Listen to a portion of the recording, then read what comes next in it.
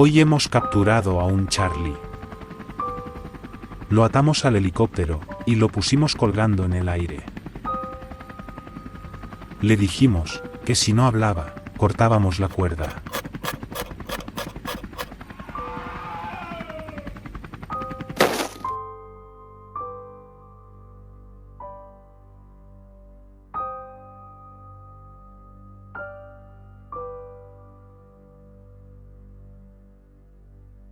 Escribir cartas era una terapia para muchos marines.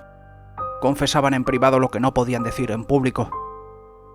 Ante las atrocidades propias y ajenas cometidas, unos optaban por callarlas y otros por contarlas. Leer las cartas que recibían también les evadía por unos minutos de la guerra. Pero no solo leer cartas les evadía, también las drogas. Muchos de ellos se volvieron alcohólicos o heroinómanos estando en Vietnam. Algunos al regresar a Estados Unidos aumentaron su adicción, otros lograron desengancharse, pero pocos se libraron de un mal que quedaría incrustado en sus mentes para siempre. Hablamos del trastorno por estrés postraumático, y es que vieron cosas terribles. El sufrimiento por el que pasan los soldados con este trastorno es tratado en el documental War Torn, disponible en la plataforma HBO. A destacar el testimonio del marine Akinsanya Kambon, que además de combatir en Vietnam, era ilustrador del ejército. Tenía que dibujar todo lo que veía. Comenta una imagen que ha quedado grabada a fuego en su memoria y que lo ha dejado traumatizado. Vio a un marine enganchado en las ramas de un árbol, miró su cara y vio cómo pestañeaba. Lo espeluznante era que tenía medio cuerpo arrancado y aún seguía vivo con las tripas colgando.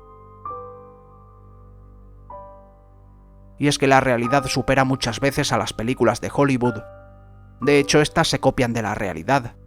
En la película Apocalypse Now Redux aparece una escena en la que un sargento pone sobre unos cadáveres norvietnamitas unas cartas de póker. Las llamaba las cartas de la muerte. Era la firma que dejaban los soldados americanos para que el Vietcong supiese que habían sido ellos. Esa escena se inspiró en la Operación Baker, una operación de seguridad que requería entrar en unas aldeas de Vietnam del Sur para desalojar a Charlie. Duró unos 3 meses y acabó con 97 marines muertos frente a los 1.339 muertos del enemigo. En las imágenes puede verse cómo los soldados colocaban cartas de póker sobre los cadáveres del Vietcong.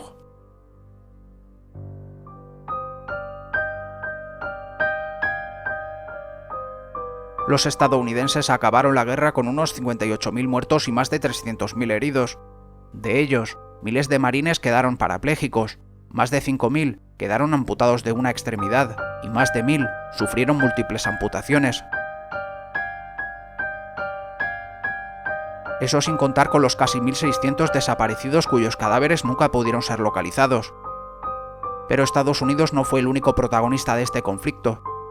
No hay que olvidar que esta era una guerra entre Vietnam del Norte y Vietnam del Sur, y se odiaban a muerte.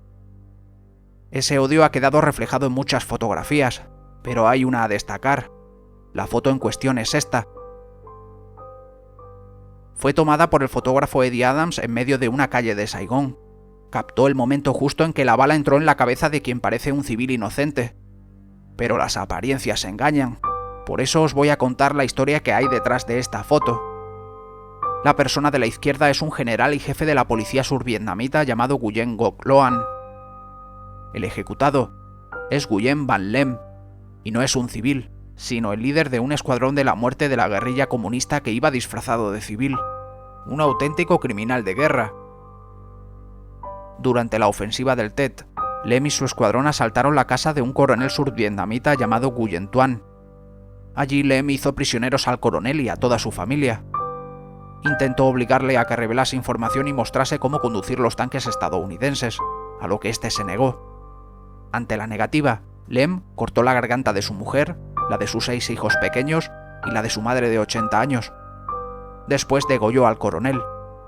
Solo sobrevivió uno de sus hijos, Wang Nguyen, de 9 años, al que sus secuaces dieron por muerto después de que le disparasen 2 veces a bocajarro. El pequeño permaneció por unas horas junto a los cadáveres de su familia. En la noche de aquel día de horror, logró escapar malherido de aquella casa y llegar a la de su tío, un coronel de la Fuerza Aérea de Vietnam del Sur, a quien contó todo lo que vio. Cuando el ejército y la policía peinó la zona, pudieron llegar a la casa del coronel. Vieron esto. El general Loan fue informado del suceso. No solo era amigo de la víctima y su familia, sino que también era el padrino de uno de esos pequeños.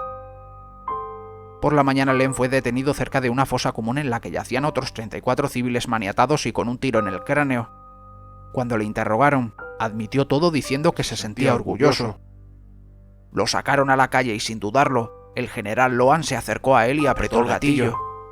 El prisionero cayó fulminado al suelo. Loan se guardó el arma y volvió a su puesto. La foto fue el principio del fin de su carrera militar cuando ésta se publicó. De la noche a la mañana, un general competente se convirtió en un criminal de guerra, y un criminal de guerra en víctima inocente.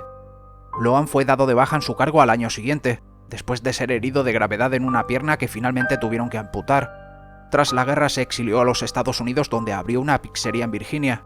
Allí vivió anónimamente hasta que su identidad fue revelada por la prensa en 1991. Para él y su familia, comenzó otro infierno. Grafitis ofensivos en su casa, ataques a su negocio, amenazas telefónicas de muerte, acoso a sus hijos, solicitudes de deportación. Incluso fue agredido en un parking tan severamente que estuvo ingresado durante mucho tiempo. Incapaz de soportar la presión, Loan cerró su restaurante y vivió como ermitaño hasta el final de sus días. Murió de cáncer en 1998.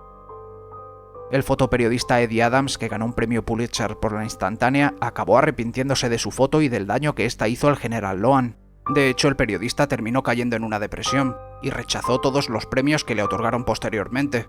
Cuando se enteró de que el general había muerto, declaró lo siguiente: Loan mató a un agente del Vietcong y yo maté a Loan con mi cámara. Las fotos son el arma más peligrosa del mundo. La gente las cree, pero las fotos mienten aunque no estén manipuladas. Reflejan la verdad solo a medias. Siento que nos haya dejado. Hasta el final de mi vida lo consideraré un héroe. En cuanto a Wang Guyen, el hijo superviviente del comandante asesinado por Lem, fue adoptado a los 16 años por una familia estadounidense.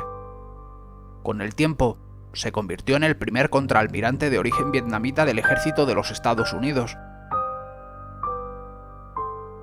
La guerra es un infierno.